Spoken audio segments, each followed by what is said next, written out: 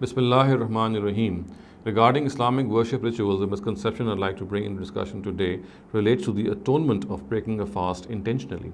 Now, it is generally understood that there is a certain prescribed atonement of the fast if one breaks the fast intentionally, and that atonement is described by the Prophet Muhammad in one of his narratives.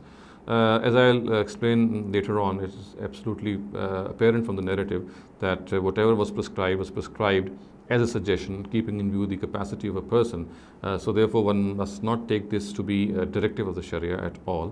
What can be derived or adduced from this narrative is that obviously a person, if he has done such a thing, that then obviously this is a very, very big and a very grave error that he has done if he has intentionally broken his fast. But nothing is prescribed in this regard for atonement. What can be adduced from a narrative of the Prophet, which I'm just going to describe before you, is that a person should impose a certain penalty on him. It could be of the nature of fasting in the way of God, it could be feeding people, it could be spending on other people, it could be any good work which can be of benefit to one's own self or to others. Now, the narrative on which this whole prescription has been made by people is that there was a person once who came to the Prophet Muhammad in his times, and he said that he has done something very bad and that he is ruined. So the Prophet asked him what has happened. So he said that he had intentionally broken the fast, and he had done that by going near his wife and having intercourse with her. So he needed to atone for that. So the Prophet asked him that if he was able to liberate a slave, if he has the capacity to do that. He replied in the negative.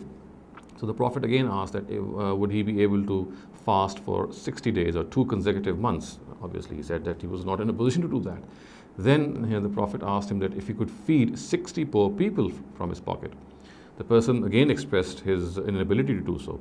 And it is narrated that he sat there, and during that time certain amount of dates came to the Prophet Muhammad. So the Prophet handed over those dates to him and said, go and give these dates in the way of God, and this would be like an atonement for your the way he had broken his fast. So the person, in a very humble manner, he said that there's no one more deserving than his own home if someone has to be given these dates. So the Prophet smiled and said, okay, go and give these dates to your own family and feed them with these dates.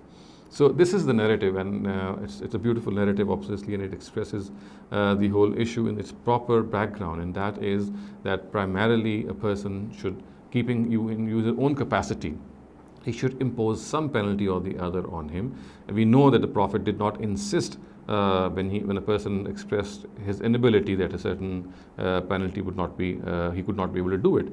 And this whole the sequence of penalties which I have just described have been mentioned actually in the Quran in the form of the atonement of zihar, which is a form of divorce, which the Arabs used to do in their own times.